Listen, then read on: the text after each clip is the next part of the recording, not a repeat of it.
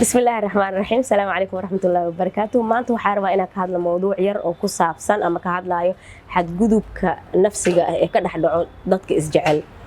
oo xiriir jecel ka wada dhaxeeyo waxa laga yaabaa dadka inaysan inta badan fahamsaneyn ama aysan qalad u arkeenin ama xadgudubka loo yaqaano jismiga yani qofka in la garaaco oo kaliya inkastoo garaaca oo jiro laakiin waxa ka daran xadgudubka nafsiga xadgudubka nafsiga marka dhahayo ama abuse dhahaan luqadaha qalaad emotional abuse dhahaan yani qofka in hadalla qaldan la dhaho in ilaahay soo uume wax laga sheego kalar haday ahaato calaamad gooni oo leeyahay haday ahaato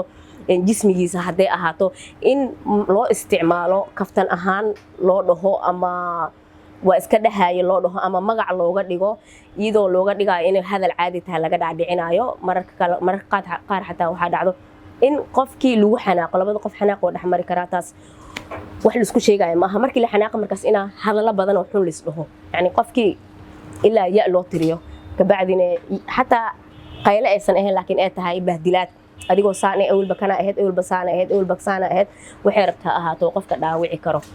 waxa kale laga yaabaa qofkii in oo lagu adeegsanayo baahida qofkan kale u qabo yani qof labada qof aad wax u jecel waxa laga yaabaa baahidiis iyadoo looga faa'iideysanayo in emotional abuse lagu sameeyo ama la bahdilayo ama hoos loo dhigayo marka waxa rabaa inaan ka hadlo waxay tahay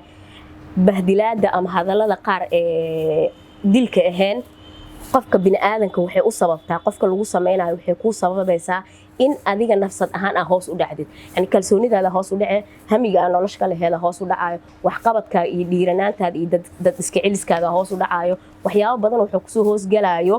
dadka kale saa u dhaqmaysa xataa hoos u dhace marka in waxyaabahaas laga fiirsado qofka sameynayana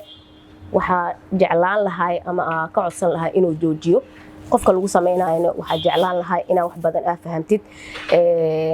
ogaatid waxyaabaha hoos ku dhigo meelaha ka yimaadeen waa mahadsantihiin salaamu calaykum waraxmatullaahi wabarakaatuh